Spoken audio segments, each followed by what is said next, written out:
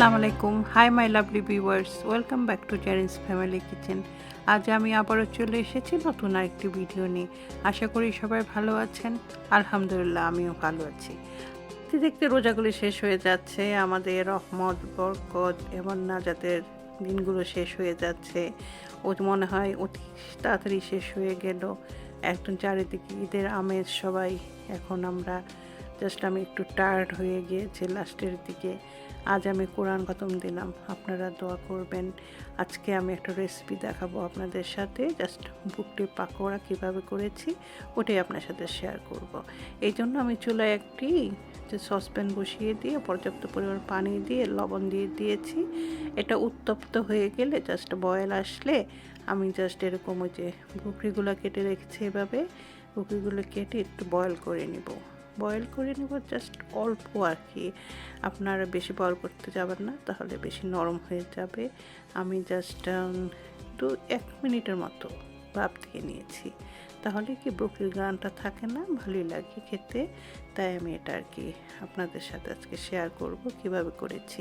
এই তো ব্রোকলিগুলো দিয়ে আমি তুলে নিলাম। তুলে নিয়ে জাস্ট এখন আমি আপনাদের দেখাবো কিভাবে জাস্ট ব্যাটারটা তৈরি করেছি।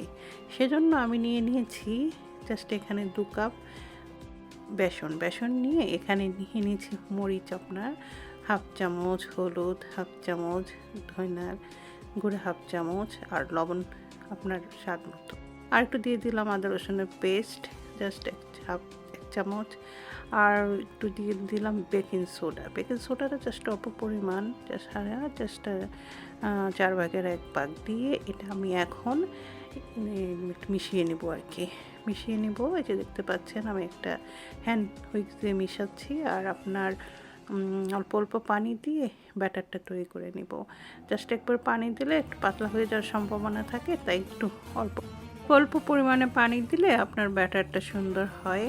জাস্ট আপনার পাতলা হওয়ার সম্ভাবনা কম হয়, ভালো হয় আর কি। এর জন্য জাস্ট আমি আবার একটু মরিচ দিয়ে দিলাম, একটু জালটা আর কি কালারটা সুন্দর হওয়ার জন্য। আর এমনিতে আমরা একটু জাল বেশি খাই।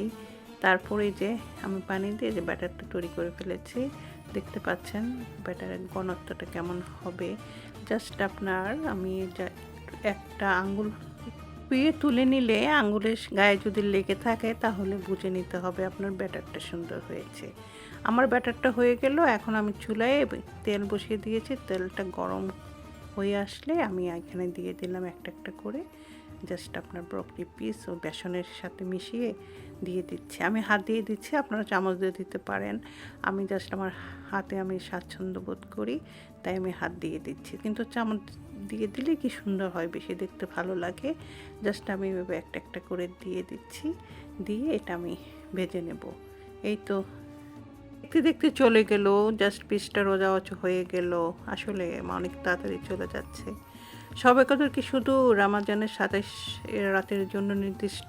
আসলে এটা ভাবা আমাদের উচিত আর কি। আমাদের হচ্ছে সাধারণত মানুষ শুধু রমজানের 27 তারিখের রাত জেগে ইবাদত বন্দেগী করে এবং ধারণা করে এই রাতেই সবে কদর অনুষ্ঠিত হবে, কিন্তু এই ধারণা সুন্নতের সাথে সঙ্গতিপূর্ণ নয়। আবার আরেকভাবে করতে পারেন, জাস্ট আপনারা পুরোটা দিয়ে জাস্ট আমি এখানে বুকরিগুলো দিয়ে দিলাম বেসনের মধ্যে চুবিয়ে, জাস্ট এখান থেকে নিয়ে একটা করে আমি আর কি দিয়ে দিচ্ছি। এভাবেও বেজে নিতে পারেন। যা বলছিলাম, আয়েশা রাদিয়াল্লাহু আনহা হতে বর্ণিত, রাসূল সাল্লাল্লাহু আলাইহি সাল্লাম বলেন, তোমরা রমজানের শেষ দশকের বেজর রাতগুলোতে লাইলাতুল কদর অনুসন্ধান করো। সহিহ বুখারী অধ্যায় লাইলাতুল কদরের ফজিলত, সহিহ মুসলিম অধ্যায় রোজা। আবু হুরায়রা রাদিয়াল্লাহু আনহু হতে বর্ণিত, রাসূল সাল্লাল্লাহু আলাইহি সাল্লাম বলেন, স্বপ্নে আমাকে লাইলাতুল কদর দেখানো হলো, কিন্তু আমার এক স্ত্রী আমাকে ঘুম থেকে জাগিয়ে দেয়, আমি তা ভুলে গিয়েছি। অতএব তোমরা তা রমজানের শেষ দশকে অনুসন্ধান করো। সহিহ বুখারী অধ্যায় লাইলাতুল কদরের ফজিলত। সুতরাং আমরা জাস্ট শেষ 10 দিনের বেজর সংখ্যাগুলোর মধ্যে আমরা লাইলাতুল কদর খুঁজে বেড়াবো, জাস্ট কোন দিন সেটা আমরা বেশি ইবাদত করব। বলতে বলতে আমি বেঁচে ফেললাম। আসলে একটু বললাম আর কি আপনাদের সাথে, জাস্ট একটু বলি আপনাদের সাথে, একটু সময় সুযোগ পেলে যাতে যদি আমার কোনো সব হয়। এই তো এই যে দেখতে পাচ্ছেন কেমন হয়েছে। এরকম করে আপনারা জাস্ট ভেজে নিতে পারেন, খুবই টেস্টি এবং খুবই মজাদার। এই যে আমি আবার টেবিলে সাজিয়ে দিয়েছি। এটা এখন সবাই আমরা ইফতার করব। জাস্ট আমি একটু টায়ার্ড হয়ে গিয়েছি, শরীরটা দুদিন যাবত ভালো না, তাই উনি আমাকে জাস্ট হেল্প করছে, এই যে খেজুর দিচ্ছে সবাইকে প্লেটে প্লেটে।